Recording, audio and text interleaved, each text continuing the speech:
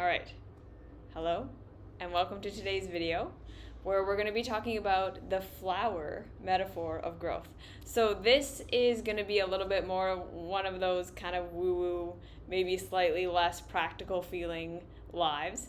And I like to return to stuff like this every once in a while because I feel like sometimes this path of life and just wanting to grow and wanting to change and wanting to feel better in our lives and wanting to find our purpose and wanting to find meaning and passion and all of these things can get really heady and it can get really heavy, and it can get to the point where, again, like everyone and their pet dog has advice for us on what we should be doing or what we should be feeling or what we should be experiencing and what we should be practicing and what we should be, seeing as garbage and seeing as right and wrong. And like I said, it can all just get really heavy and burdensome kind of sometimes.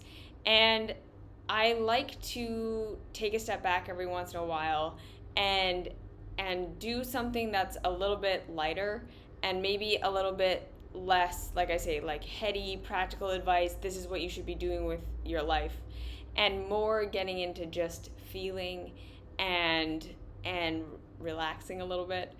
And that's what I want to do today. So today I want to give you a metaphor for growth and for expansion that hopefully will make you feel better about whatever kind of growth path you're on. Because the reality is, so long as you're alive, so long as you're living and breathing and are a human being on this planet, you're on a growth path, right? Because life is always going to be offering us something that we've never experienced before. The kind of, woo-woo way of looking at things, that like everything is technically singularity and everything is technically only happening in this moment, and this moment will never occur again.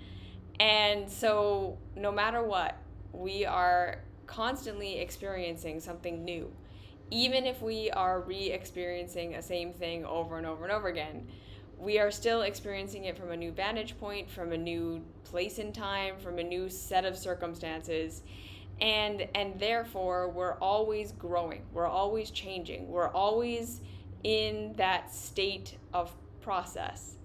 And that can be something that I think we all need to, again, wrap our minds around and give ourselves the permission to actually feel, right? So first things first, if you're alive, if you're living, if you're having an experience on this planet, whether you're aware of it or not, whether you're pursuing it or not, whether you're going for it or not, you are growing. You are changing. You are being changed and being informed and being molded by your experience.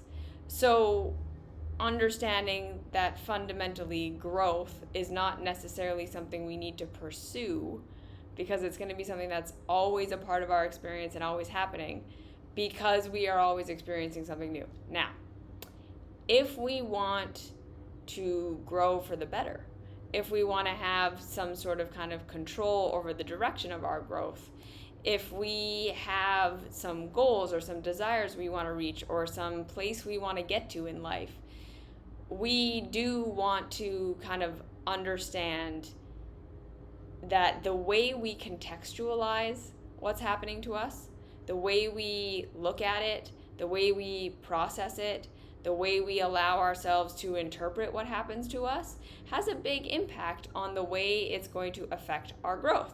Yeah?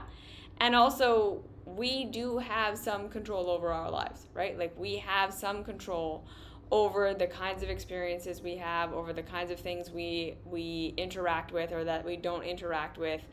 And it's not to say that life is either or, right? That life is either completely within our control, and if we take responsibility for ourselves enough and if we do enough personal, empowerment, that we can be in complete control of where our lives go and what happens to us and what we experience and what our outcomes are, because we can't be in total control. We can't be in complete control. We can take as much responsibility as we want, but we can't change our past. We can't change the physical bodies we're existing in. We can't change the the greater systems and the context of the communities and all of this that we exist within. And all of that has an effect on us, okay? However, like I said, there are parts of reality and parts of our growth and our experience that we absolutely can control, and that we can shape and mold our lives in a certain direction that helps us achieve these things that we want to achieve and that we want to experience. And I think a part of this is allowing ourselves the permission to want what we want and to go for what we're wanting to go for, and to desire the experiences we want, okay? So there's that. We're not in complete control, but we're not out of control either. It's not that we have no control over our circumstances and we can't dictate how our lives go and we are victim to our circumstances. It's neither of these things. We are experiencing both at the same time. And it's all just about degree at kind of any different time. And the degree to which we have control is different for all of us. I think that's the other thing, right? Like, before we even get into this metaphor, I really want to validate and acknowledge that some of us have more control over our growth than others, okay? And I think that this is something that the spirituality, self-help, and personal growth world neglects to validate and neglects to talk about enough, which is there are some of us who live in bodies and who live in times and places and, on this planet and within our structures that allows them to have a great deal of control over the things that they experience and over the things that they can work for and achieve, and the growth that they can have because of the circumstances they're in, right? Like, when you are, and this is not like necessarily even to be political or anything, it's to be practical, right? When you are able-bodied, when you have a kind of like regular level intellect, when you exist in a community or in a country or in a structure that is generally supportive of your existence, you have more control over your experience, right? And say you don't have a lot of trauma from your history, you were generally supported, you have general support around you, you are going to have a very much easier time pursuing growth and controlling the avenues that your growth takes you than someone who is born into a body that's chronically ill, or that has mental illness, or is in a situation where the government or the communities that they exist under and within are antagonistic to them and make things harder for them, right? Like, we do have to be aware that the circumstances that we're in greatly impact how much control we have over our growth and the direction of our growth. And I think it's also very, very important, as we're talking about growth, to understand that some people are going to put in twice the effort and get half the result simply because of the conditions of their lives, right? Like, we know, for instance, that the more traumatized your nervous system is, the more dysregulated you are, the less capacity you have to process your trauma and move through it and integrate it so that you can be less triggered and more stable, right? So 2 people can come to trauma healing work, both with trauma, and one person, and they can put in exactly equal effort, exactly equal amount of time, exactly equal effort, and one person is going to get farther with that effort than someone else because of the level of burden they are carrying. Yes? Someone like myself who is chronically ill, I put in double the effort, or maybe a quarter more of the effort in my day to produce as much as I produce, as my husband who is able-bodied and does not have chronic illness. I am putting in more effort for less result because of the circumstances of my physical body. Yeah? And there is more of a cap on what my physical body is going to allow me to do in a day than there is on his. So if he's putting in 100% effort and I'm putting in 100% effort, he's going to get farther than me because he has less limit on what his 100% capacity is than I do. Okay? So when we start to look at ourselves and we compare our growth path to someone else, I really want to just encourage everybody to at least be fair in the way that you're comparing yourself to others. And this can be really, really challenging in our world, especially when we get that message of like, we all have the same 24 hours in a day and everyone can do what everyone, right? Like everyone has the same number of hours in the day as Beyonce. It's like, no, we don't. That's not accurate. That's not real. That's not true. Yes, we all don't have billions of dollars and housekeepers and nannies and people who allow us to spend 14 hours in the recording studio where we can be in a really expensive recording studio with high-level experts on our team creating a masterpiece. So like, right, like her putting in her 100% effort with all of the help and support that she has, it's kind of like she's got 84 hours in 24 hours. And we compare that to, say, a single mom who has to work 2 jobs because neither of them pay a living wage, and she has to commute both ways and then stay up at night to make sure that she's, preparing the food for her children. It's like she has really 6 hours in a day. You see what I'm saying? That we need to say, like, okay, if I'm going to compare myself to the growth path of other people, if I'm going to compare myself to what other people have been able to accomplish or be able to do with their lives or be able to achieve, I have to at least be fair in the amount of, does our effort go the same amount? Yeah? Like, does our effort go the same distance? Like, I'm talking with someone who has neurodiversity, right? If you've got ADHD,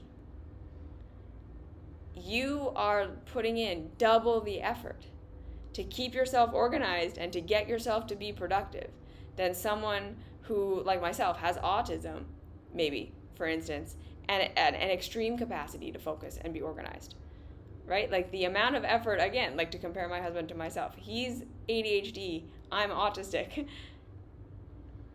I have a much easier time being organized and straightforward and accomplishing things using my mind than he does, simply because of the way my mind works versus the way that his mind works. And so it's not fair to compare us and say, well, she's so much more organized and she's so much better than him. Because it's like, well, I have a capacity he doesn't have. That's not fair. It's not the same. We can't compare. Okay? So that was kind of a tangent. But I again, as we're talking about growth, I feel like it is so important, as always, with everything, that we return to that compassion and curiosity for ourselves. That we always start with, if I'm feeling blame, if I'm feeling shame, if I'm feeling guilt, if I'm feeling not good enough, what is actually happening and what is actually under those feelings? Because I truly, truly believe that shame, blame, and guilt are always lies. That it is never true. That we are inherently flawed, inherently bad, inherently weak, just not trying hard enough.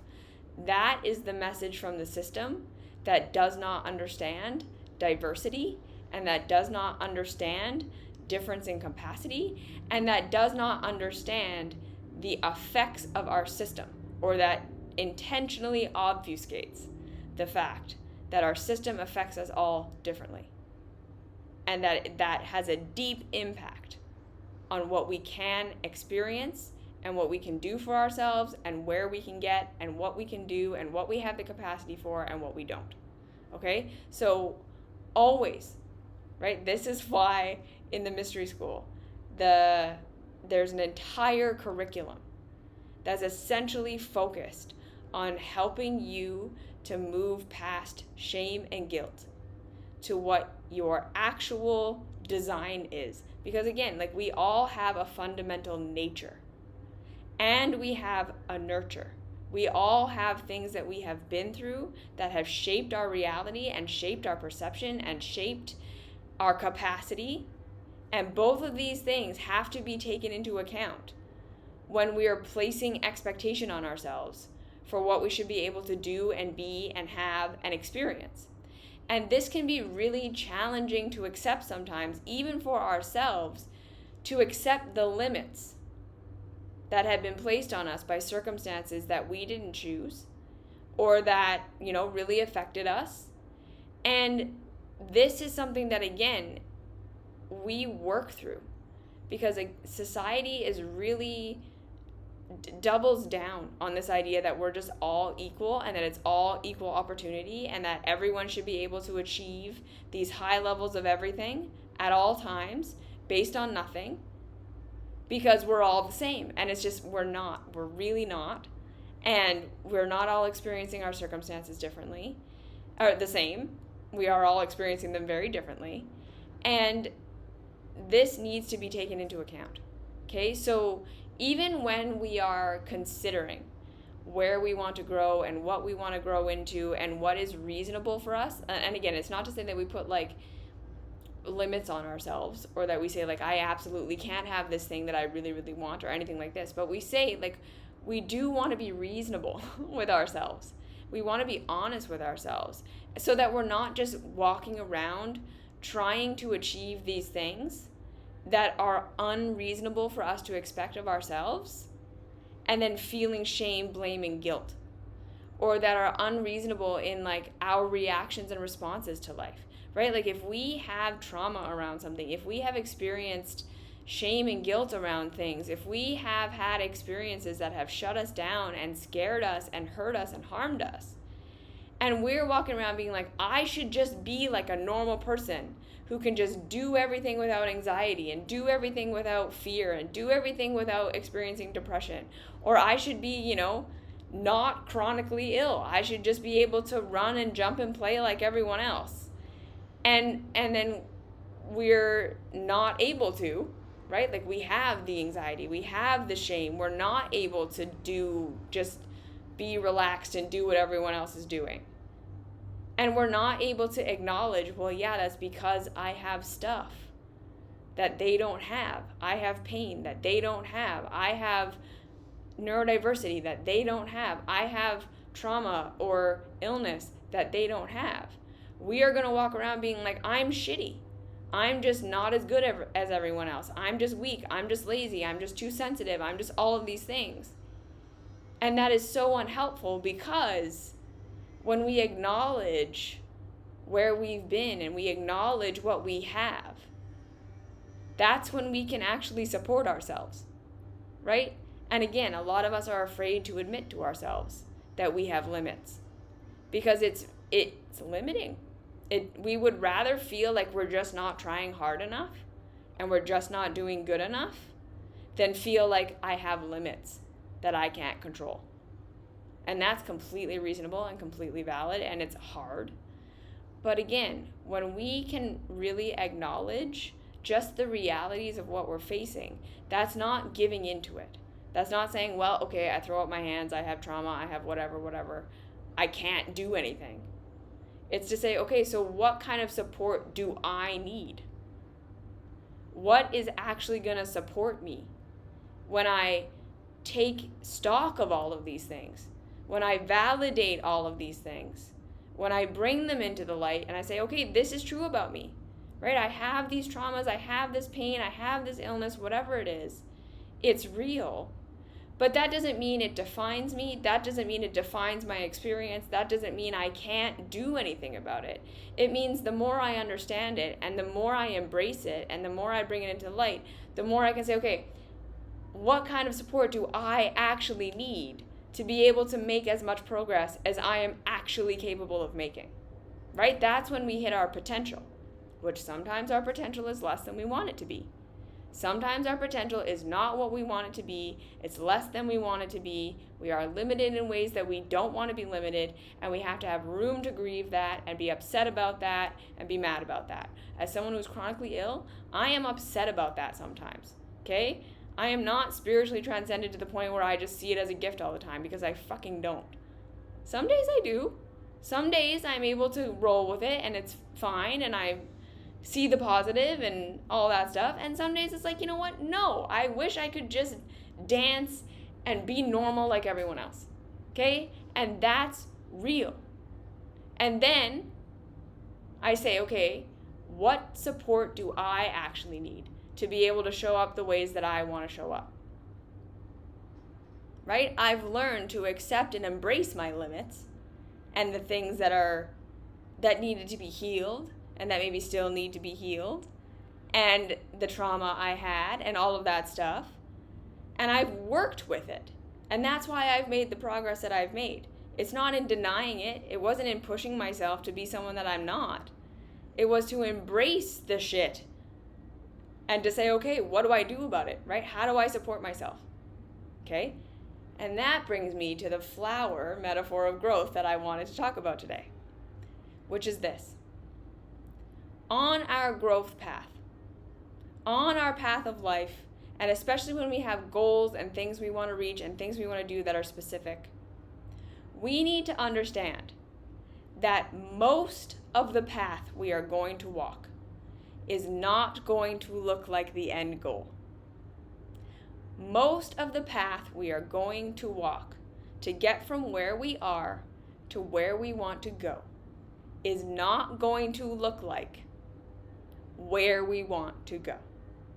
And I say this now in a metaphor to hopefully make it make more sense, okay? When we want to grow a flower, we want a rose, say. Our goal is to have this beautiful rose bloom. Do we start with a rose? Do we start with petals? Do we start with a long, beautiful stem and leaves and thorns? No. When we are starting a growth journey of a flower, we start with a little seed that looks absolutely nothing like a rose. It looks nothing like a rose. Yes? That's okay. So Life on Yoga, this is going to be recorded and it will be saved in my Instagram so you can watch it later. Okay? Have a good day. We start with a seed, a little seed that looks nothing like a rose. And we don't even start with a seed in a glass, in a jar, on display. We start with a seed that we then bury in the dirt. Right? We take a seed, we bury it in the dirt. So we can't even see it anymore. It's now invisible to us. And while under the dirt, that seed is going to germinate and it's going to do what it's going to do, and it's going to slowly start to sprout. But that sprout is not going to go upwards and become something we can see. The first thing that plant is going to do is it's going to start to send down roots. So a whole bunch of its growth is going to happen under the surface, not even heading in the direction of the sun, not even heading in the direction of anything we could possibly perceive on the surface. It's going to be growth that's all happening under the surface, that's going down into the earth. Right? The roots are going to go down into the earth, they're going to grow and they're going to spread out, and it's going to start to absorb nutrients, and it's going to do all that beautiful stuff. And on the surface, it's going to look like literally nothing is happening. Absolutely nothing. Right? And even if we dig down and kind of look at it, it's still going to look like nothing is happening. Like if we sort of unearth the seed just to like check on it, there's not even like a shoot coming up. The roots are all going down. It's underneath the surface. It's underneath the seed. It's completely invisible. Those are the first few phases of growth. A seed that looks nothing at all like the plant, that gets buried, and then roots go down. So now I want you to just take a step back from the metaphor. Think about your own life. When you have started to pursue something, when you have started to pursue a goal or growth or change in some way, do the beginning phases kind of feel like that? Kind of feel like shit? And like we're attempting to grow and we're attempting to change and we're attempting to go, and the first couple things that happen are like, ew, like this doesn't feel good. This feels like a total detour from the thing I want to do. Like there's a lot of emotional pain we have to look at, or physical pain we look at, or life getting chaotic and in the way. And all of the attempts that we make to move forward seem to get squashed. Like we try really hard to go forward and to do things. And everything we try and every step we take, it gets sideswiped. And it looks like nothing is happening, and it looks like we're making backwards process. Right? That tends to be the pattern. When we start on a growth path, we're expecting to like have pedals. I'm gonna like do a couple of things, and there's gonna be something that I can see that's like evidence of my growth. And what really happens is it feels like we get dragged back. It feels like life gets chaotic, messy, in the way, we get pulled back, we get taken back steps, and that's what it feels like. And we think, man, something is really going wrong. Something is not happening correctly. When in fact, that's our root phase. That's the first phase of growth, where everything is just messy and chaotic and invisible, and it looks like we're not making progress at all. It looks like we're going backwards. And that's because when we're trying to grow, so much of the time, they always say it gets worse before it gets better. And really, we can think of it more like there's a backlog of stuff that needs to be looked at and dealt with for us to have strong enough roots to go on the journey we want to go on. Another kind of just insertion of metaphor here could be, it's like before we even start climbing a mountain, we have to go to the gym and train. Before we even start climbing the mountain, we have to gather supplies, we have to cook food, we have to prepare stuff, right? The goal of climbing a mountain doesn't start with starting climbing the mountain. The goal of climbing a mountain starts with doing a whole bunch of prep work, getting ready to go on the journey.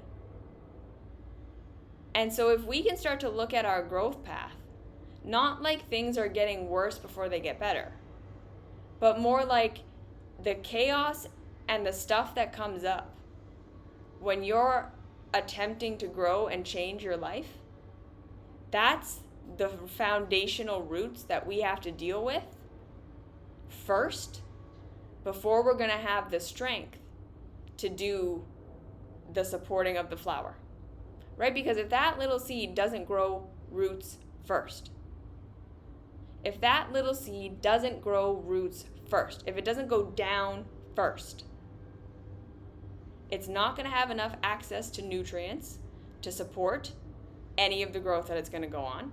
And it's not going to have the secure foundation that will keep it protected and solid when the wind and the weather and all of this stuff happens. Or if you're thinking of the mountain thing, right? If you don't do the prep work before, you are not going to be prepared to climb that mountain.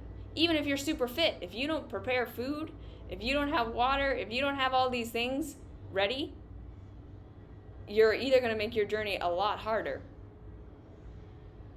or you're going to make it impossible for yourself. Okay? So we want to think, is it that life is getting chaotic and messy? Is it that everything is going wrong? Is it that that is really what's happening? Or are these the foundations I need to work through and work with so that I'm capable of doing the rest of the journey? Is it possible that I'm being pulled back into my childhood, or into my negative emotions, or into seeing what my limits are and all of that stuff? Because I need that foundational understanding, and I need that foundational information And I need these foundational strength tools and awarenesses and whatever it is that I need to do to process through all of this to be able to do the rest of the journey. Is it possible that this is not a detour from the journey, but this is an important step on the journey? Okay, so that's the first phase. Then we start to grow that little shoot. And that little shoot grows and grows and grows. And again, for a little while, we don't see it. It's all underground. So you're not going to be able to turn around to anyone else and be like, look at my growth. Look, I'm making progress. Because they're going to look and they're going to be like, yeah, no, there's nothing there, babe. It's just dirt. Right? That's not a rose. That's great that you want a rose, but like, this is just dirt. I don't even really believe you that there's a seed under there. You see what I'm saying? We go through this phase of like roots are going down, a shoot is coming up. It's messy and chaotic. It looks like nothing like what we want it to. But these are all super important foundations. Then eventually, that shoot breaks through the ground. So that's going to be our first like, oh, okay, something's happening. We're going to have moments on the path where we're like, yes, something is happening. But that looks, again, nothing like a rose. And a lot of the time, this is where people give up. They're like, I did all this work, and life went all crazy, and everything's hard, and we did all this, and we waited, and now this growth that I'm seeing is like piddly. It's nothing. It's like nothing has happened. It's like I've put in all this effort, and it's for what? This little shoot? Nah. Stupid. And I think it's legit and valid to feel that way. Because think about how hard that little seed had to work to make those roots and to make that shoot. Like so much effort and time for seemingly very little result. And again, a result that looks nothing like a flower, looks nothing like a rose. But it's the beginning of a rose. So if we can keep going and we can keep holding on, that shoot is going to eventually become the stem, right? It's going to get a little thicker. It's going to get a little stronger. It's going to start to grow upwards, and we're going to have a stalk. And it's going to start to get kind of thick, and maybe it'll start to turn brown a little instead of just being green. A little bit recognizable as like what a rose might become one day. But that's going to be with effort and time and consistent movement. And again, it's going to look nothing like a rose. And then we're going to get some little buds. And we're going to be like, rose! We're almost at rose. Right? Look. We have stem. And now we have buds. Hooray! We're almost at rose. We're almost there. That's what we're going to think. And we're going to get really excited about our path. And we're going to get really excited about our growth. And then those buds are going to open and it's going to be a leaf and not a rose at all. And we're going to be like, see, this isn't even a rose. Am I even on the path? Because this thing is now just growing leaves. And it was supposed to be a rose. Right? There's always going to be that moment. Or many of those moments where we thought we were there. We thought we had it. We thought we were 1 or 2 steps away. And we take those steps, and all of a sudden we realize we are not 1 or 2 steps away. This isn't it either. I remember when we were on our journey of getting to be living in Asia full time, how many times that happened. Where I was convinced we were like 1 or 2 steps away from being able to just get over here and be here forever.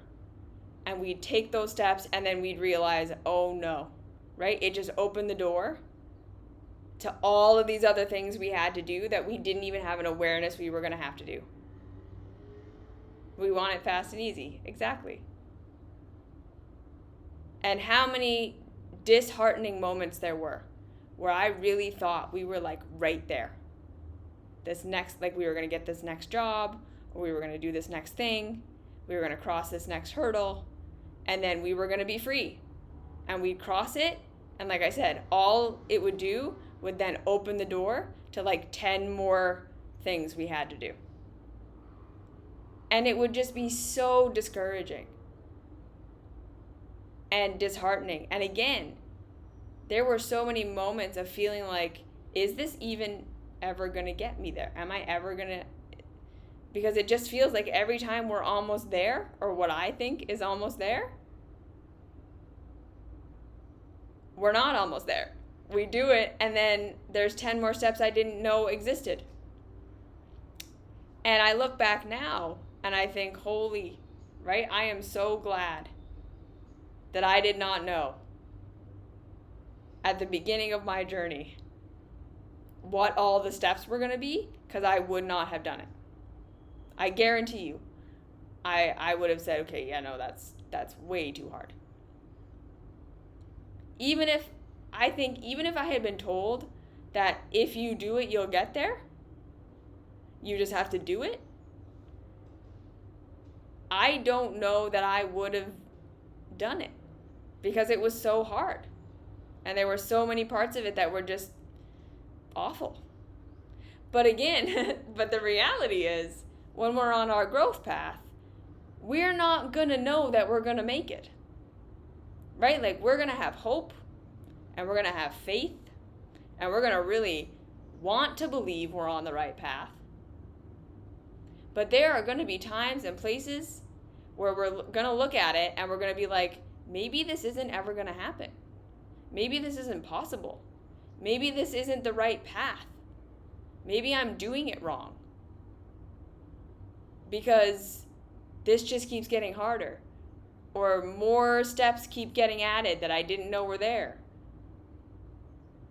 And this is that part where we kind of have to have that balance of faith that keeps us going.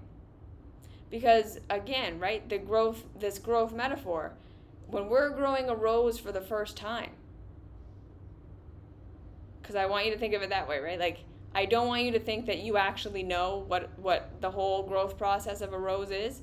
I want us to think about this as like, this is as us growing a rose for the very first time, and the first time we've ever seen this.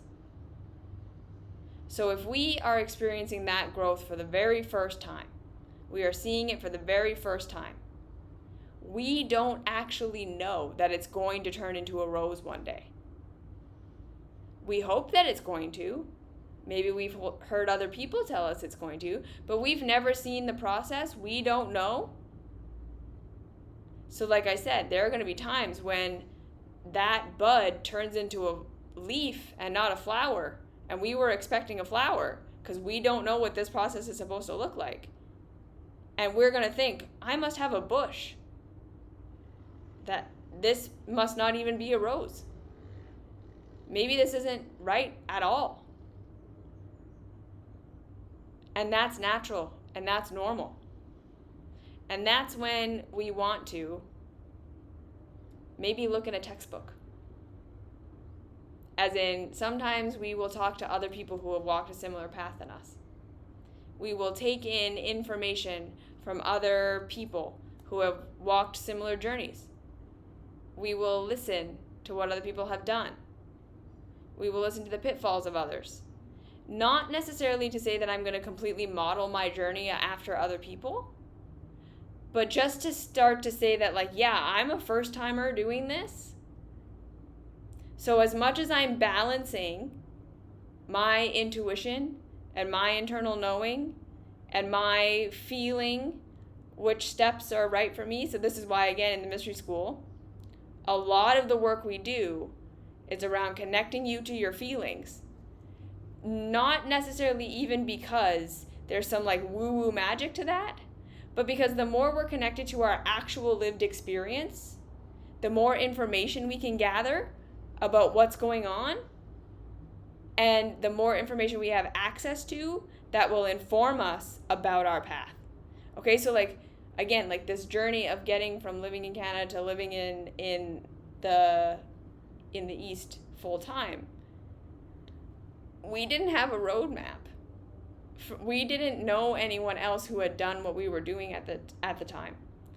And it was a lot of having to rely on my feelings of like, okay, I feel this is what we should do next. And then, like I say, it's not just living from feeling, right? There's a balance of using our intellect and taking the results of what we do and weighing that against reality and weighing that against what we thought was going to happen, right? So there's a balance here. But we do have to, on a growth path that we've never been on before, have to learn to rely on our feelings a little bit more than most of us are used to doing. So again, it's not complete denial of reality. It's not keep going when it's obviously not the reality that what we're doing is the right thing. I was wrong many, many times. And getting good at admitting where you're wrong is a huge part of growth. Right? So like if we're at a place where we think I need to like flood the rose with water, and the rose keeps getting waterlogged and then mold is growing, we can start to say, okay, I'm doing something wrong here. This is definitely not what should be happening. I need to learn to take care of the rose in a different way. Yeah? But we can also look up in a textbook, are these the leaves of a bush or are these the leaves of a rose? Right? So both of these things. So then we start to learn different ways of taking care of this stem, of this plant, both through feeling and trial and error, and taking advice from others and trying it and seeing what works and seeing what doesn't. And then eventually it grows and it starts to grow thorns, and then we get a bud. We get that big, juicy bud at the top. And we're like, okay, we're almost there. But we're not there yet. Right? That bud is still not the flower.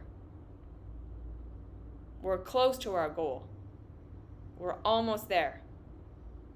But it's not it yet. And that, again, is one of the hardest phases to be in. Waiting for that thing to bloom. While we continue to put in consistent effort every single day towards our goal. I think that's one of the hardest parts of the journey. Because you still have to water that thing. You still have to feed it. You still have to get it the right amount of sunlight. You still have to put in all the effort. But you haven't seen the rose yet. And there's a part of you that's like, maybe that's going to just be another fucking leaf. What if that's not even it? What if this never works? What if we never get there? And then eventually the thing is going to bloom. Because we just kept showing up and doing what we needed to do and supporting the bud and supporting the plant. And then eventually we get the flower. And then we get there and we're like, see, I knew all along we were going to be fine. When really, it was precarious the whole time. We had no idea.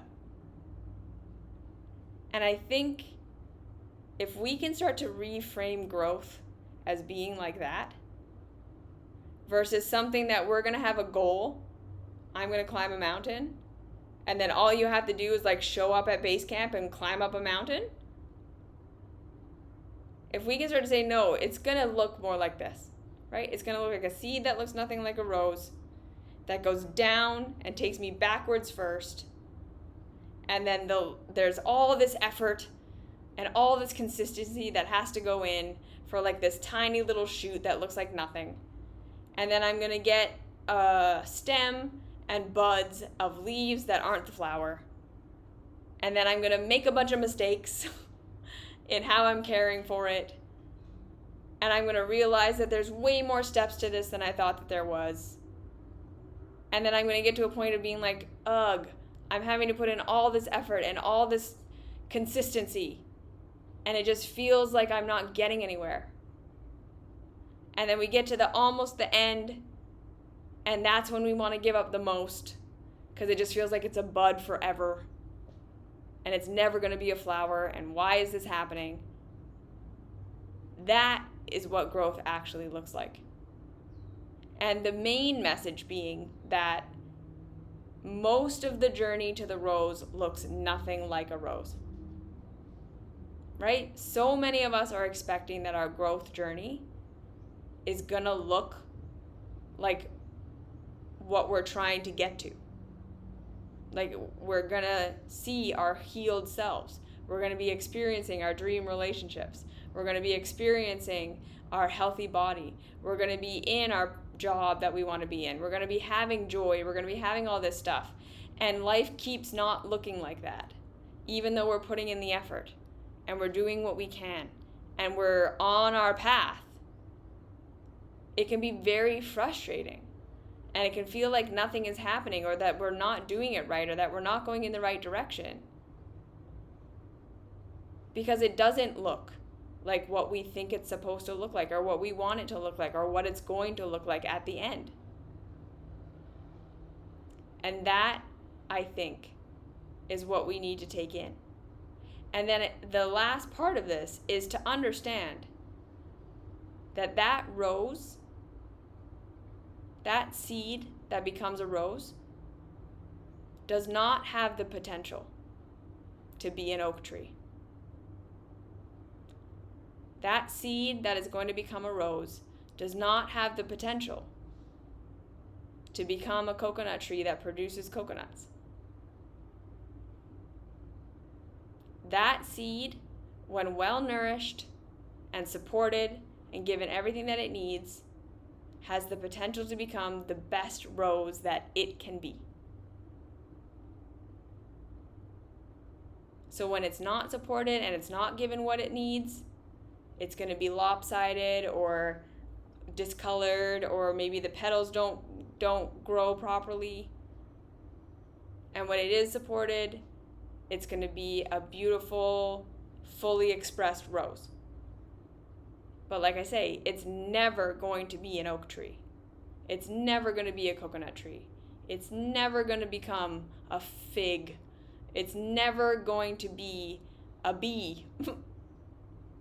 It's only ever going to be a rose. And we need to accept that about ourselves as well. That we aren't ever going to be something we don't have the potential to be. And I think that no one can tell you what your potential is. I do think that this is something that as we develop more capacity to have compassion and curiosity for ourselves, the more we're able to start to be realistic. Realistic, okay? So not pessimistic. I'm not capable. I can't become. That's too much for me. I'm very limited.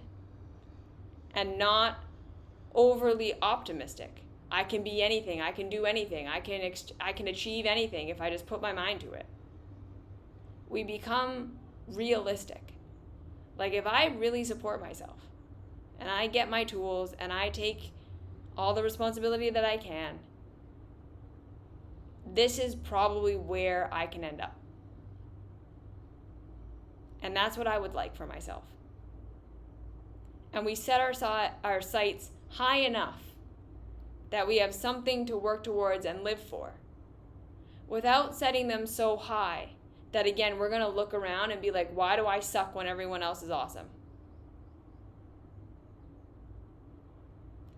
Being realistic about our limitations is not giving in to limitations.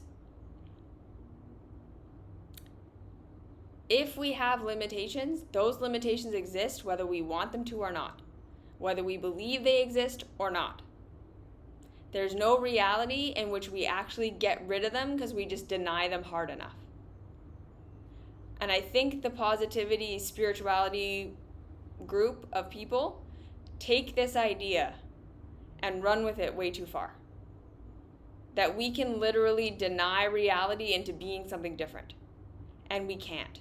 And it's actually disempowering when we don't acknowledge reality for how it is. Because if we are expecting ourselves to be able to do something, and we are ignoring the circumstances that we are actually in, we are going to be able to make less progress than if we validate and understand and take in the experience that we're actually in. The more we embrace the reality of what we're in, the more we can do something about it. That's where our power actually is. The more we try to just pretend that it's not what it is, and that we act like it's something that it's not, we actually just take away our capacity to figure out what we can actually do for ourselves. Right? If you are going to pretend that you don't have a physical limitation with your chronic illness, say, you're not going to make your chronic illness go away or the effects of your chronic illness go away. What you're going to do is you're going to try to be a normal person, and you're going to burn yourself out over and over and over and over again. And you're going to make far less progress because you keep burning yourself out and denying the reality of your body. Then if you said, okay, this is what my limit is, this is what my capacity is, so I'm going to work to that capacity and then not go overboard. That means I can show up consistently every day to my capacity and keep making progress instead of continually pushing past my capacity and then having to quit and go back. That's what we need to think of it as. We need to embrace the reality of our circumstances, embrace the reality of ourselves and our limits so that we can work with them. That is our power. We will make the most progress possible working with the reality we're in. Not pushing ourselves to try to heal and transcend more than we have the capacity to do. Not pushing ourselves to be a normal person when we're not. Not comparing ourselves to the growth path of anyone else and saying that's what I should be doing. But saying, is that reasonable for me? Is that sustainable for me? And then knowing that the more you work to your capacity without pushing yourself over it, the stronger you're going to get. I have more capacity now than I did 10 years ago. And it's not because I kept pushing myself and denying my limits. In fact, when I used to do that, I degraded myself. Now, I work to my limit, or a little bit under it. I try to do a little bit under. And then I stop.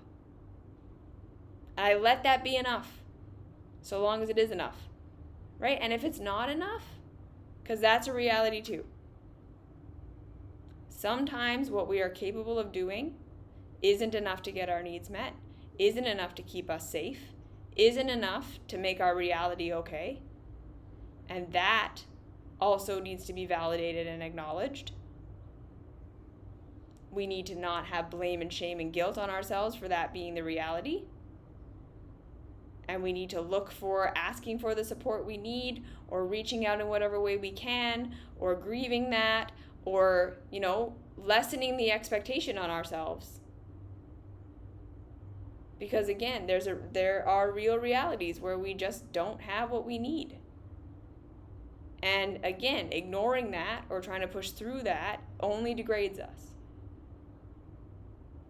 So we do our best and we slowly increase our capacity by acknowledging where we are, acknowledging what our capacity is right now, and not pushing past it. And then we do the work of embracing whatever our potential actually is. And then sometimes that means grieving the loss of the potential we lose, because I had to do that. I still do that. I do that work with clients all the time. Of just like, yeah, the shit that happened to me, or what I went through, it did limit me. I'm not going to be able to do these things I wanted to do. I'm probably never going to become this person I wanted to become. And that sucks. And we need to have space to validate and process that. And then where we aren't able to get our needs met, where we aren't able to be safe, same. We need love in that. We need validation in that. We need support in that. And then we do what we can. We just do what we can. And we understand that that is going to be the most growth we're going to experience. When we're doing what we can, that's the maximum that's available in real reality. So again, it might not be what we want it to be. It might not be what we wished our potential was, but it's going to be the maximum. And then we can know that we're living up to our potential to the degree that's actually possible. So the journey is not going to look like the end until the end. We are going to have to use our feelings and our intuition more than we want to. And we balance that with intellect and looking for answers and solutions and changes where we need to. We do have to trust the process sometimes. We have to understand that going back is part of the journey. That discouragement is going to be part of the journey. And that validating our limits is not giving in to them and making them real. They are real. They are there. When we acknowledge them, that's our greatest source of power to work with them, to work around them the ways that we can, and to increase our capacity slowly by working within our limits. That's how we get stronger, right? When you're at the gym, you want to push yourself a little bit. You want to go to your max where you are right now and then recover. And then your max where you are right now and then recover. You don't want to push so hard that you injure yourself and then you have to quit and rest and lose all your progress. Muscle growth happens by going to our limit and stopping and resting. Don't push yourself past your limit. Don't ignore what's not helping you or what's a part of the hindrance. Acknowledge it, validate it, and then work with it. And then keep your eye on the prize. Keep going. If it still matters to you, if there's still something inside of you that says, I have to keep going for this, it's not over yet, trust that. And then trust that sometimes we don't get to where we thought we were going to go. Sometimes we really thought we had an oak tree and we actually had a rose. And sometimes we need to learn to accept that. Okay? So I hope that was helpful. I hope that makes sense. I hope that was validating. Life is a lot more complicated and messy than we want it to be a lot of the time, especially growth.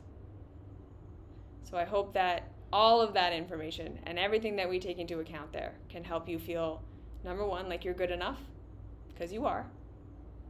Your potential is your potential and yours alone.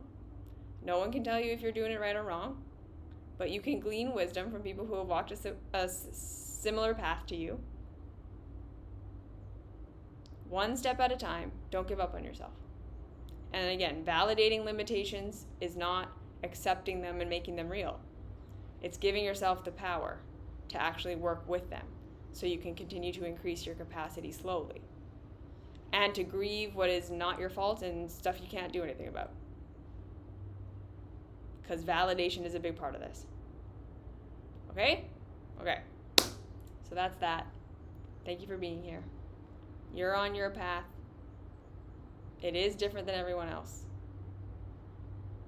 Don't compare yourself to people who have 84 hours in a day when you only have 7.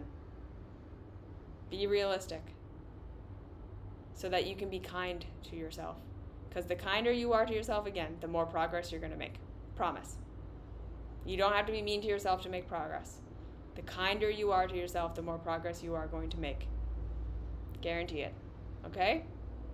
So yeah, come join the mystery school if you like this content. Look at all my other free content.